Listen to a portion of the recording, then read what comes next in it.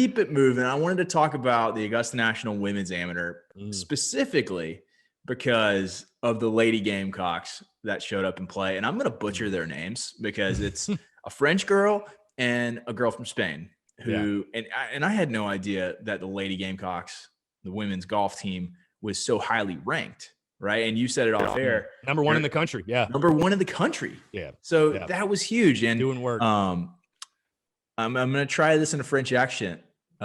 Bouchard or Boucher, perhaps? Yeah, I think it's Bouchard. I was going to say, I'm going to butcher the names too. So I don't know. Like, I'll let you go first. But I'll go first. It's my podcast. And I'm sorry, Pauline, if I butcher your name. But Pauline Bouchard finished tied for third. And then Anna Pele? Yeah, I was a Spanish minor from Coastal Carolina University, so take that as worth. Yeah. But Anna tied for 13th, I believe, if I'm looking at this right. Yeah, I was gonna say Bouchard too is a sophomore, 12. She was we were talking. 12. Yeah, she was still at 12th. Bouchard's a sophomore though. When we were talking off air, she set a record with 7 birdies in the final round. So she had 7 birdies. Had 5 bogeys, so she finished with a 2 under 70 for the round. So I love that, man. At Augusta, you got to be aggressive. I like that. It's crazy to think that like all these girls are between the ages of Paris Helinski, Ryan Helinski, former Gamecock quarterback's cousin, was out there playing. I've had her on the podcast. She's 16, right? And she missed the cut, didn't play the weekend, but she still shot in the 70s. At Champions Retreat, which is right there in Augusta as well, or North Augusta. And then these girls on the weekend were shooting like 73, 72 at Augusta National from the members' tees. Like, that's no joke. Yeah, I was impressed by the whole crowd. Yeah, that's really playing, man. And like you said, we mentioned, what the Gamecocks women's program has done, and really as a whole, man, women's sports at South Carolina, is really carrying the torch right now. I feel like with basketball and then golf and everything. But it's really cool to think about, man. I think it's so awesome that they, Augusta National made that decision to have this event, give these young women the opportunity to display their skills. Because again, it's funny, again, working at Sage Valley and caddying out there, I think there was actually one time I caddied in a group, like a college golf team, female college golf team.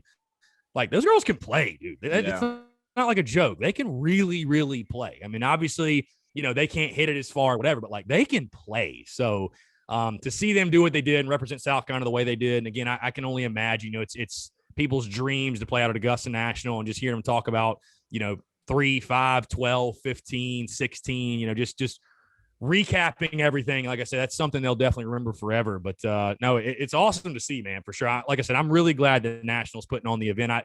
I'd have to imagine it's been a huge success for them.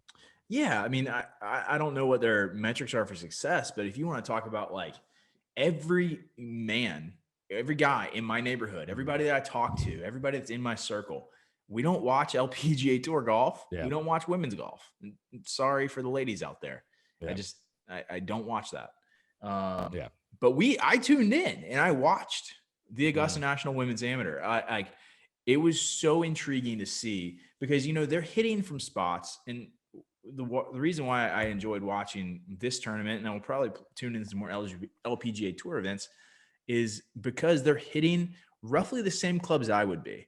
So instead of going out there and watching Bryson or Dustin or even Jordan Spieth, who's a relatively shorter hitter, hit from like 30 yards back from the back tees, and then they have a 9-iron in or an 8-iron in or whatever it is.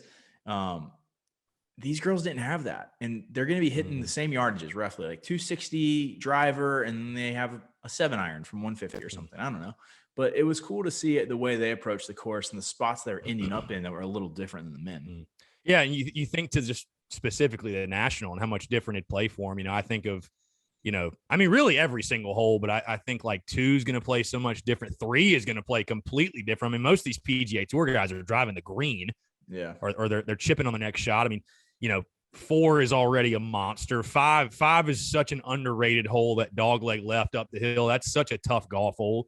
8 and 9, even that pair of par 4s. And then, you think of the back nine, Amen corner, the way it plays, 17, 18, the way it plays. So, no, it is interesting. You're right. It's cool. It's like almost a different game. And like you said, you can almost relate more to it because let's face it, most of us aren't hitting our driver 325, 330, 340, whatever. Like, not me. Most of us are. And I'll be honest, like if I catch it, I can smoke it 300. But Yeah, it's same.